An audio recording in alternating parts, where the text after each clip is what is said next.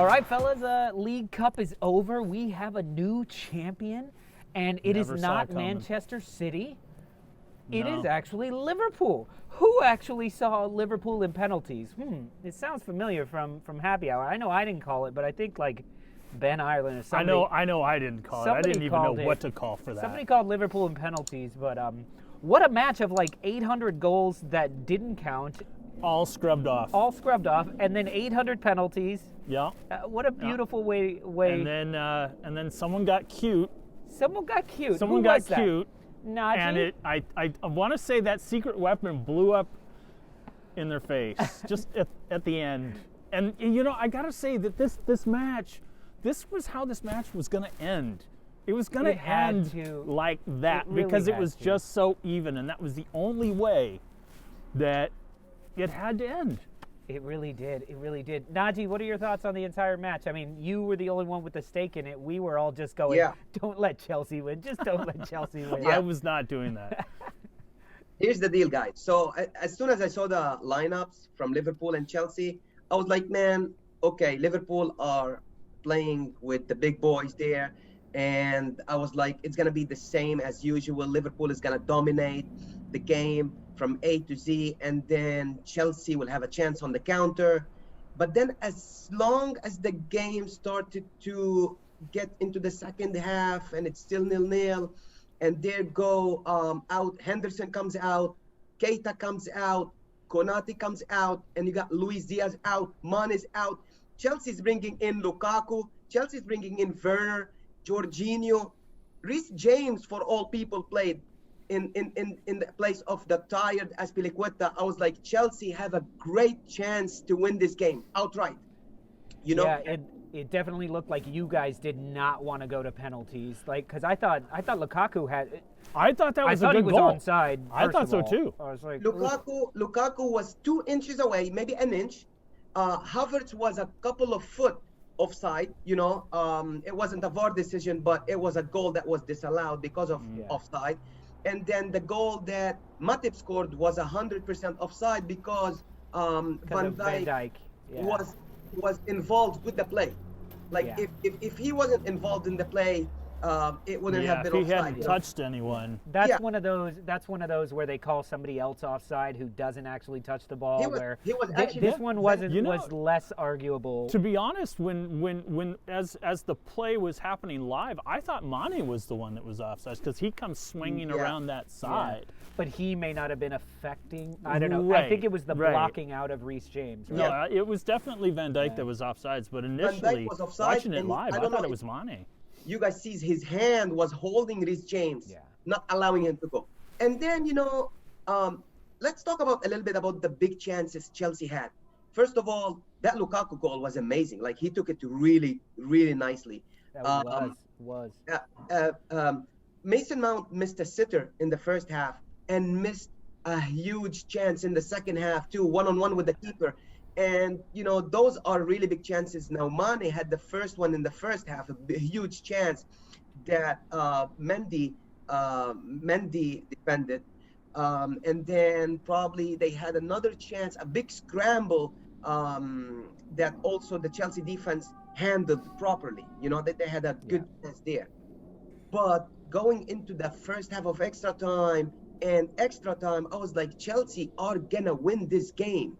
Yeah. You know, I was confident going into penalties, but you know, because Chelsea won few penalties lately, and then here comes the decision that I didn't want to happen, bringing Kepa in with 2 minutes to go. But I mean, Tuchel has done that before, and it paid off. That was the secret weapon, man. Yeah. But let me tell you the couple of differences here. First of all, Kepa he was in the dressing room. I believe he was studying the Liverpool players in the dressing room for about 5 minutes. Out of the 10 penalties, he went twice or 3 times the right way. Only. Like, if you were studying something, that was a 0 score there. You know, that was a bad. That's under 55%, right? Under 55. Under 55%.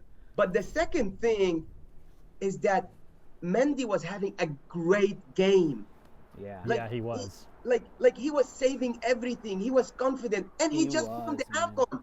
He just won the AFCON with Senegal, saving a penalty.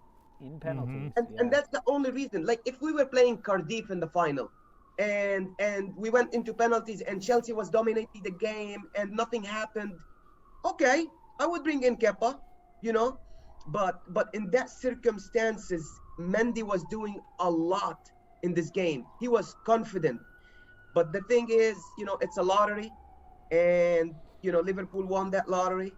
They didn't deserve it, to be honest with you. I believe Chelsea deserved to win this game outright without going to penalties. And I really like the leadership of Chelsea after the game, from Jorginho to Mason Mount, everybody running to Kepa. You know, that's fine. You won us games, you know, and we've lost that one. That's not on you. We still have the FA Cup, still have the Champions League. We are still fighting for a top 4, maybe second, you know, let's see how it goes. But this is what I took out of the game. Yeah.